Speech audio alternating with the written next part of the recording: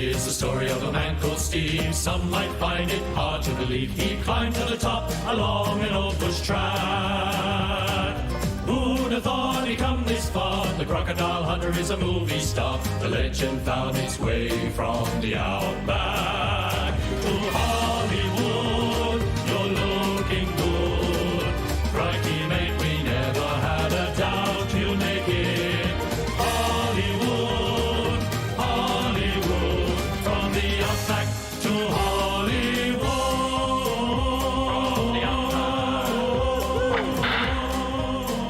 From the Outback. Making the Crocodile Hunter television series has been a part of my life for the past decade. And during that time, we've managed to change the face of wildlife documentaries all around the world, bringing the word conservation into the lives of millions of people. But in this episode, we're going to take you on a very special journey from how we started in the Australian Outback to right smack dab onto Sunset Boulevard in Hollywood. And it's a journey that'll give you a never-before-seen look at our very first screen test. Crikey! You think my hair's a little wild now? Wait until you see Terry and I's do's 10 years ago. No wonder it never made it to air. And we're going to take you behind the lines on our whirlwind tour through America on the road to our movie premiere in LA. We're going to give you an exclusive look at the other side of the Crocodile Hunter as we take you from the Outback to Hollywood. She didn't crush it. This is our leading base. Crikey. I knew you would be. Drop that cord. We're kind of looking at these. Check this out. Crocs rule! Yes! When we started out to make our first documentary way back when we were just a couple of raw recruits, we'd never faced a real television camera crew before in our lives. What you're about to see is classic archival footage of our very first screen test attempt, trying to be the ultimate television presenters, but exposing a bundle of nerves. This is actually the first footage ever shot, when the series had a working title of Wild Adventures. Hey, check out Terry's hairdo. What a shocker! Wow! It all began with a TV show. Steve was scared, and you should know that Terry's hair created some concern.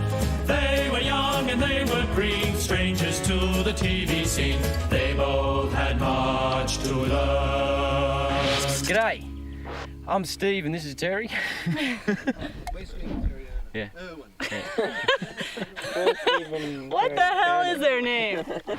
G'day, we're Steve and Terry Irwin, and today we're going to take you on a wild adventure. Tonight. Yeah, no, thanks for joining us. Oh, thanks for joining us. Then Terry goes on. Sorry. No, another one? We're getting the hang of it, G'day, welcome to Wild Adventures. Tonight we'll be going to... You think we should introduce ourselves? Sorry, I might introduce us. I'd like to welcome you. Adventure. Okay, here we go. G'day, we're Steve and Terry Irwin, and welcome to Wild Adventures. Tonight we're going to be taking you to far northern Queensland, where we're going to be exploring many different things, including a black snake that Steve caught. Not to mention Terry with her first large crocodile capture. And don't forget the baby dinosaurs. We saw those too. How about those goannas we've been chasing around? And I think I got a kiss from one of those. So please stay tuned. We've got lots of adventure to come. The bush can provide a tasty feed if you're peckish and you feel the need. There's a whole stack of weeds that could possibly be your lunch. Though he much prefers some lean roast beef, when hungry he will eat a leaf. Oh, here a twig a munch. The pilot episode was all about bush tucker. My skills finding food in the bush, like getting water out of a vine. Might have to squeeze me. It's dry as a bone. And in this first episode, we also thought we'd introduce the excitement of an outback wildlife capture with this totally fearsome monster. Wow, what is it? It's a striped skink. If a predator comes along and grabs it, they'll drop their tail and they regenerate. Thank goodness the animals got bigger. The early years of making Croc Hunter was a true family affair. We had the added bonus of my mum and dad, Bob and Lynn Irwin, travelling with us through the Outback, supporting us with all their wisdom and experience behind the scenes. And by crikey, we had a beaut bonza time. Mom and Dad were by his side, they crossed the country far and wide. His father taught him everything he knew, from catching big rock crocodiles to chasing taipans through the wild. They watched him as he grew. How about this? Oh, that is huge! Wow. My dad, Bob, is a herpetologist who always was ahead of his time. And my mum, Lynn, was a wildlife rehabilitator who cared for literally thousands of injured, sick or orphaned animals. Between them, they nurtured our instinct for conservation and they made those early adventures feel more like home. With Mum and Dad right on the spot, we had the security of all that knowledge backing us up in everything we did. Crikey, I love them. We're all pretty new to this filmmaking business and we had to get used to the extra danger of doing two things at once, relating to the animals and working with a camera crew.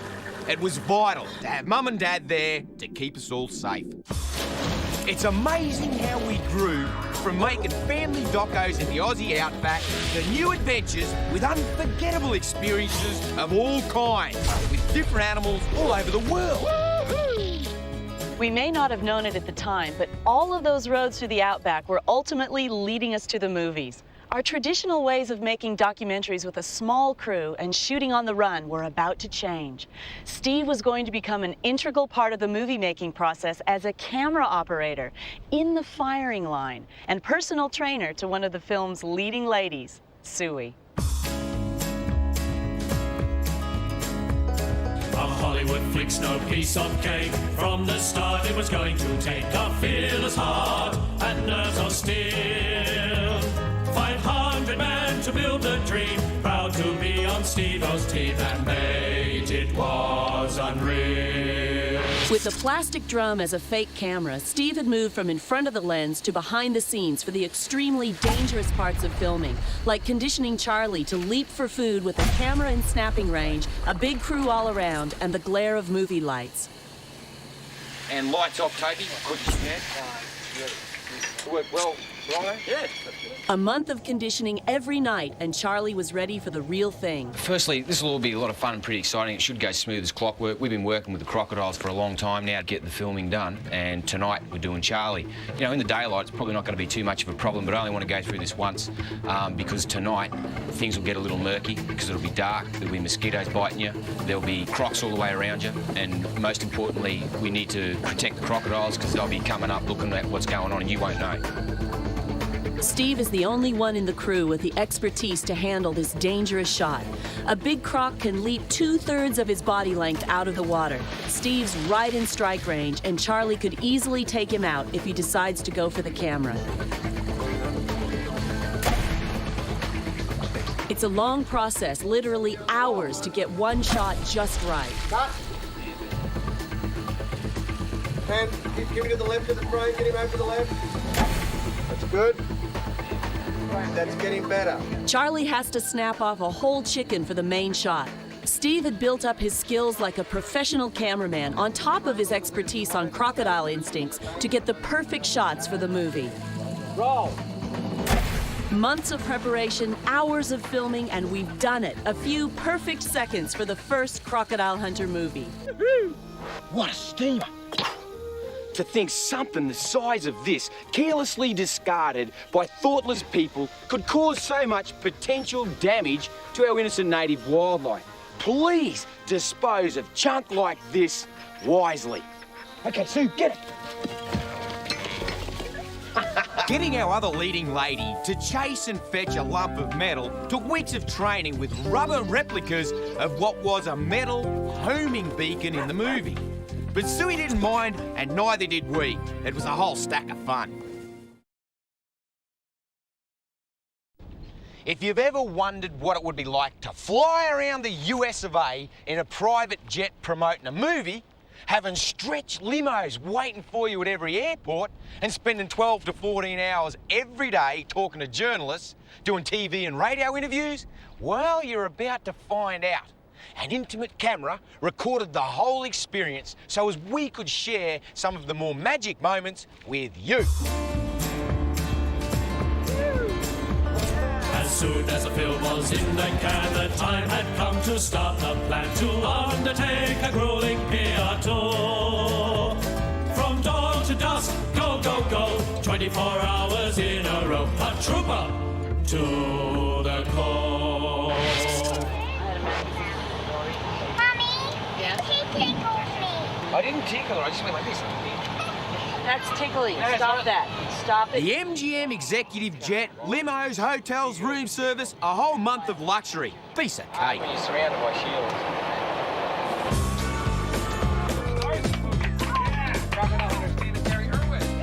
G'day, how you going, Dallas? Very tanned. Steve Irwin. G'day. You've been attacked by which animals? Oh, count. Oh, my word.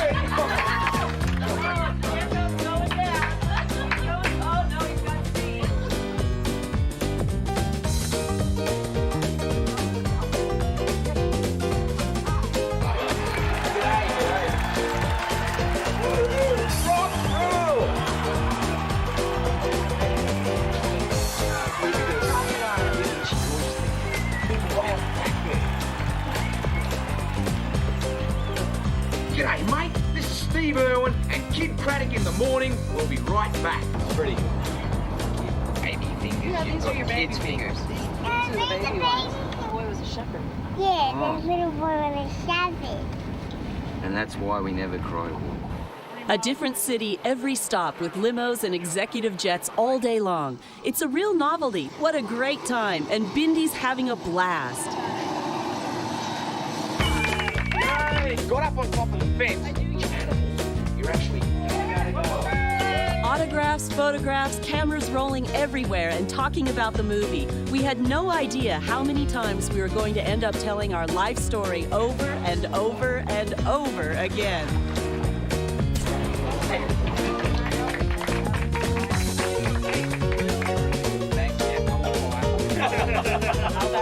How did this whole thing start? I was born and raised as a wildlife crusader. My dad is a herpetologist, one who studies reptiles. He was my hero. He was the master of all reptiles, he really was, and I just mimicked him. All I ever wanted to do was be him. I spit at you in the eyes. Oh, I mean, mate! you wouldn't have had your glasses on. But he'd hit me right in the face from 10 feet. Woo! It's all green. I'm helping you guys. We were going like a whirlwind, and Andrew Bernstein, the MGM publicist, kept cracking the whip, but he still found time to join the fun. Virginia, Washington, West Virginia, Wisconsin, Wyoming. Oh, very good. Yay! Performing nightly. That's it. And they're gonna get a big crowd. Animals, star performers, ringmasters, and like every traveling circus, there had to be clowns. G'day, I'm Steve. There it is. Don't worry, I got it. Look at this little kitty, feisty little Sheila. Happens to be my wife. There you go. She's always cruising around with you when you're doing Yeah. And she is also sharing the movie with me too. We've spent so much time in the air that Bindy's even learning to fly. Maybe. You think your dad knows what kind of fight that is? Daddy, I'm here for a while. We turned the MGM jet into a flying playpen. Although we were starting to feel the pace a bit, for Bindy it was one big adventure with Mom and Dad right there all the time. He struck out of the water from the camouflage position, and as I threw the lasso, he took another launch, whack, grabbed hold of my hand. Yep. All right, show me a hissing noise. So first thing, mate, is I'm in a boat, I've got you, I've lassoed you by the head, whoop, pull up. I'm gonna dive straight off the boat, get my arms around your throat. Now you can see, you can't bite me. Get the base of the tail in between my legs and hang on tight. Right? Now, I'm Jonas Tishner in San Francisco. It's your line. I tell you what, We have to do it over because Sorry, mate. that was a blooper. Okay. You ready? Yeah, I hope I'm not hurting him. Don't sue me, mate. No, I'm not gonna say. 5, 4, 3. I'm Jonas Tishner in San Francisco. And I'm Steve Irwin. You might... Oh, get the base of the tail here. You might know me as the Crocodile Hunter. Have a look what I'm doing in San Francisco, mate. Steve was in the house. How did this happen? We went everywhere, and we always wanted to visit and saw all the sights, like inside studios, the inside of limos, and looking straight into a lot of camera lenses. G'day, Sacramento! And of course, the inside of the plane. Bindi. And Bindi learned to write her own name for the very first time a mile up in the sky.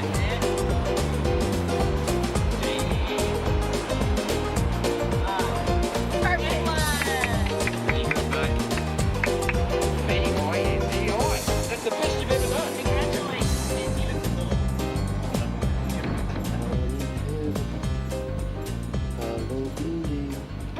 Hello, Bindi. I can see you. After 16 hours of nonstop flying, driving, interviews, personal appearances, and late-night hotel check-ins, everyone is really tired by the time the days are finally over. Yep, up. There you go. Hey, he's going. Took a long time to get here, but I'm back. Stuff to eat. Stephanie loves us. And it's not a joint. Daddy, look, I got my own bed and this. Fantastic, And there's sweetheart. milk. Wow, strawberries, milk, and cookies. What do you suppose that little bag is? Fresh fruit. Look at these. It's the chocolate-coated strawberries again. Oh. 019, welcome back to the ride. Don't been waiting on this. This one is dear to my heart. Yes. You know, if you look around on this wall, I done introduced some incredible people. I've had some bad people sitting over in that chair over there. I done had the best sitting in that chair. A lot of them mean something, but this was a little something. Me and my son spend more time watching this show than any other TV show. The Crocodile Hunter, everybody, is from Australia. Developed a love for animals after his father moved the family to start a reptile park. Oh, my daddy couldn't have made me do that. My mama would have left him. Ladies and gentlemen, I have called myself this on several hundred occasions. Yeah. White man in khaki shorts. Well, we got the real white man in khaki shorts.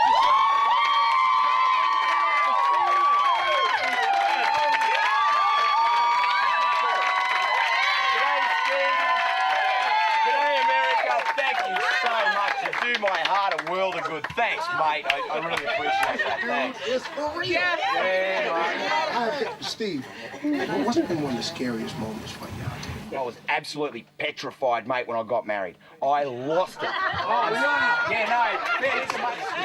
standing there and I'm just shaking like a leaf, and I've got this penguin suit on with this like gift wrap thing around my neck. Yeah. And just like, I'd sooner have a boa constrictor around my neck. And the sweat so bad. So I looked to the minister, this big bloke, you know, he's 6'5", Dan, the Pastor preacher Dan. bloke, and I looked up at him, you know, I got to get strength, you know, he's a big man, he's big, and I look up, I just look at him, and here's the Bible shaking, and he's sweating, so I was just like scared stiff. But you did it though, Steve. You did I got through it, mate, and I couldn't consummate the marriage that night because I was laying there getting over it. And I did it, and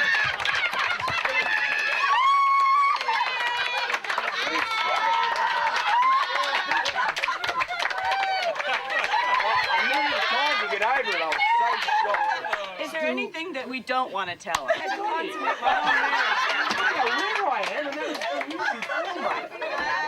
Yeah, she's a shocker, my wife. You are in that exact pose, which I would like to commend you for your speed and agility. You are officially a brother. You are a brother. I'm telling you the greatest compliment I can get. Thank you, Steve. You I'll are take so that with real, great dog. pride. You are a so real cat. To me right now, you are officially black. Thanks, mate. I mean, You got no idea how much I appreciate that. I'm just this bloke in Australia doing my thing, and that it goes straight to my heart, and I appreciate it. Thank you, Steve. I'll take that. not with Croc Hunter, mate. It's all about positive stuff. It's all about wildlife, wilderness, the protection of crocodiles. You know what, mate? This, I might just send this girl back into the crowd then, because I don't want her to get agitated. Hey, like I dead set love this girl. For Bindi, the excitement is wearing off, and she starts catching up on sleep. She's missed flying over entire American states. She'd fall asleep in the limo, be out like a light right through the flight, and wake up in the next limo as if she hadn't been anywhere. Crikey, I'd love to be able to do that. Let's see, come on up here. Have you touched this snake? Have a go at this one, mate. Look at that one. What do you think? How's that? Hey, this is an indigo snake, one of the most endangered snake species in the United States of America. Mitchell, you are such a brave guy, and you're 4 years old. You must be a big Crocodile Hunter fan. He wants to know. Mitchell has one question though, right? What does crikey mean? Crikey actually means wow, or gee whiz, something like that. And when the day finishes at nearly midnight, there are only a few places open where you can still grab a meal on the run. Hey, look, check this out. Can I get on the show? I want to wrestle with the crocodiles too. Yeah, well, take a look at yourself, mate. What do you reckon? I think I can. See, what I'm scared of is you'll steal my thunder, man. Oh, you got it, Playboy. That's your daughter? Yeah. Are we on camera? Hi! There you go. Okay, you have a nice night. Yeah. Did we get our food? All right, little one. We just need our food now and we'll be right. You gotta go to the next one. Oh, of course. Thank you. See you later. No worries. Woo!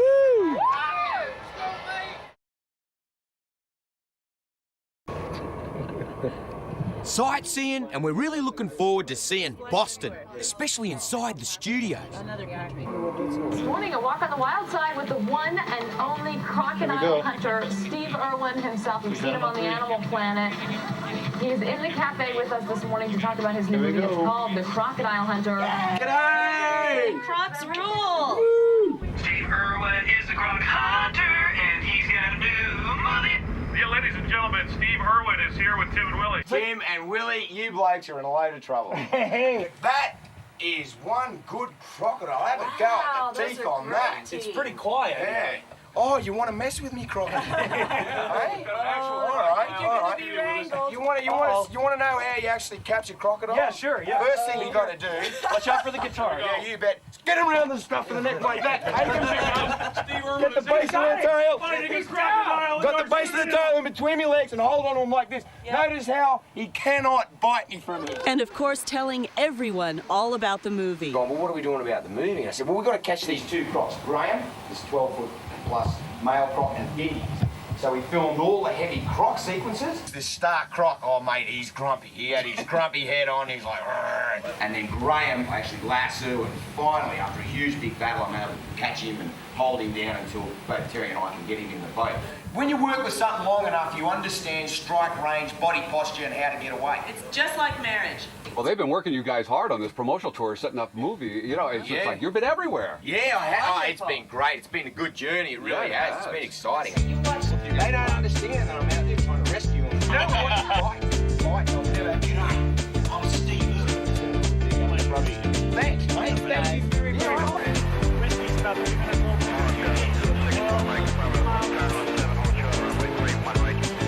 Crikey, what a journey. We've travelled over 15,000 miles, taken 300 limo rides, given 1,000+ interviews, and crisscrossed the entire US of A 5 times. That's 231 flights for Bindi. Yes! We finally hit the Big Apple. By crikey, we'd been looking forward to seeing the US of A's biggest city and meeting New Yorkers. Hey, look at that little beauty.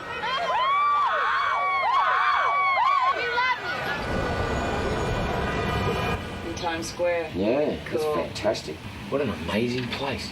Who would have thought we'd be here? Look at this. Unbelievable. That is a lot of people, mate. All queuing up at the cinema, ready to go and see our film. You see some of them have sleeping bags, bed rolls. They look like they've been there for days. Yeah. Yeah, they're called homeless people. Just kidding. You're a dork. As we discovered, New York is the media capital of the world. More TV, more radio, and more reporters than anywhere else on the planet. A grand sightseeing tour, the studios, of course, and a chance to be a part of some of the biggest shows seen right around the world. Hey!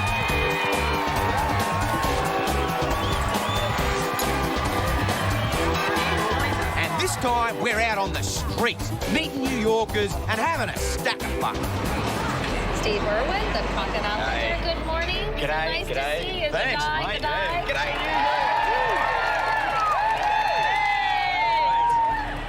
Have a look at this little beauty. Can I touch it? Oh. Maybe not. Okay. Yeah. No, that's okay. You know. Okay, what's our next? Oh, hello. Come on, boy. Hang on, babe. Now, this one you can actually pat. Oh, goody. Yeah, they don't bite as hard as the snake. This is a Nile monitor. These actually grow to be the largest lizards in the world. They're a goanna species, Komodo dragons. I think I saw some of these in Australia. Yeah, absolutely. Yeah. All right. In the 4 weeks of touring, we must have got our conservation message out to literally millions of people. But just as important were the hundreds of presenters that our wildlife touched in the interviews. Some were reluctant wranglers, though. Steve loves creatures great and small, but they can strike when against a wall. And some of those critters can give you a nasty bite. So the moral is don't turn your back, 'cause in a blink they can attack and give you quite a fright. No, that's enough. That's good. I'm good. I'm good. Thank you. Terry, back up. Oh, it just, you know what? It just had a happy accident on my arm. Oh, beautiful. Okay. Most of these presenters had never felt a snake or any kind of reptile before, and they learned that they're not ugly, evil monsters. And that's a great conservation message. Grab his tail, mate, but don't hold it too tight. Oh, Steve. He's a wildlife expert, Steve. Boy, got me again. Steve, got me again. You want to give him a kiss, mate? Are you talking to her? Oh, see that? Look at that forked tongue on your cheek. She's giving you a little kiss. All Hey, right. she really likes you, mate. Hey, could you do me a favor? Don't shoot me from the waist down from this point on, okay? Thanks. Have a go at this. Took ages to teach her how to do that. Yes. I've just got to say, she's headed down towards my crotch. Yeah, Should I be worried at this point? yeah. Well, they've got these heat-seeking devices around their lips, and she's gone for the hottest area. He will bite. Have a look at those teeth. He'd cut you to the bone. I can't see him, and I don't want to see him. Yeah. I don't want to get too close, sweetie pie. Yeah. Oh, I do see him. Yeah. Let Now Kieran what? feel what he feels Yeah. like. It's so soft. Yeah. You're feeling he is just so beautiful. The only, You're right, mate. the only I've got sad him, mate. part is if you feel his tummy, feel how soft his tummy is. This is a Burmese python. Oh, wait, that's so interesting. Almost like an art form. Yeah, got a couple of beauties for you today. All right. Well, first of all, tell me about my new accessory that Well, I'm wearing here. this girl here, she's a female Burmese python. She dropped dead gorgeous. Okay. Go up that way. You gotta tell me about the movie now. Let's move on. G'day, Atlanta. Happy 10th anniversary. Woohoo! Crocs and snakes rule. Okay, guys, he's got to He's run. got me by the They're ready shorts. for a radio interview. When we first started our journey through the outback of the world 10 years ago, I never envisaged that this road we were travelling would turn right into Sunset Boulevard for our premiere of our first movie. Oh, mate, stopping the LA traffic in Hollywood on the back of a drop-dead gorgeous elephant named Ty was the absolute highlight of my life.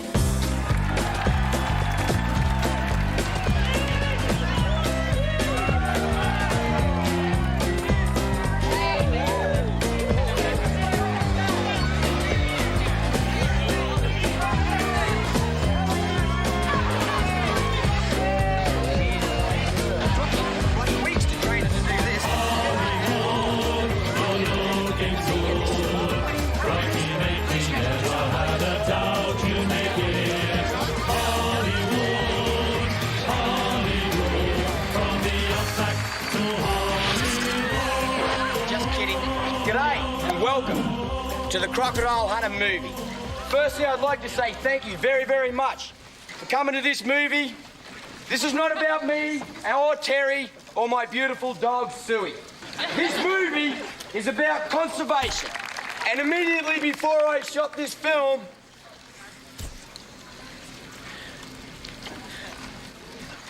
I had a family tragedy,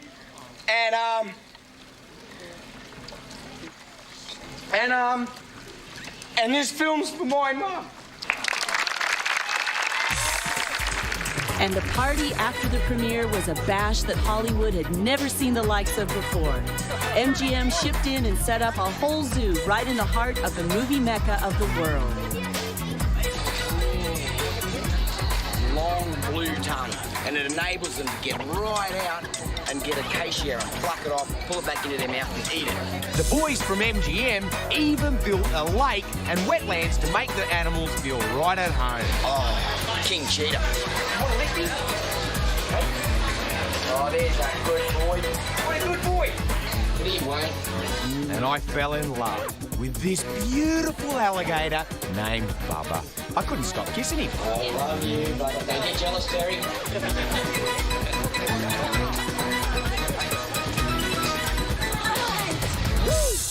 Thank you.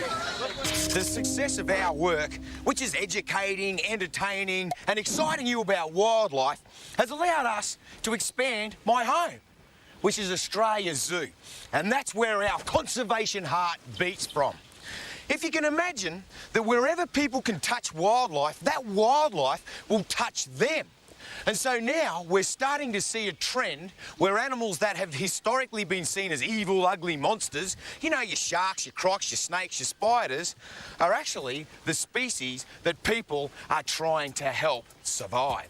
Australia Zoo has 5 animal rescue vehicles helping the community by saving and rehabilitating sick, injured and orphaned animals, like capturing a semi-wild kangaroo to get vet treatment for an injured foot. Every rescue is an opportunity for wildlife education. If I was to put my foot on him there, he'd turn around and bite. Grab his wet. Our highly trained teams take on rescue missions 24 hours a day, 7 days a week, 365 days a year, and by crikey, if there was one more second, they'd devote that to it too. Yeah, I see that. You're all right. Animals are always battling with man-made objects and then show absolutely no gratitude for being rescued. He bit me. And when we've nursed them back to health, we release them in a safe spot out in the bush. Look at her, isn't she pretty? Do you want to pat her one more time? And she'll climb up the top of this tree and then glide all the way down. Here you go, sweetheart.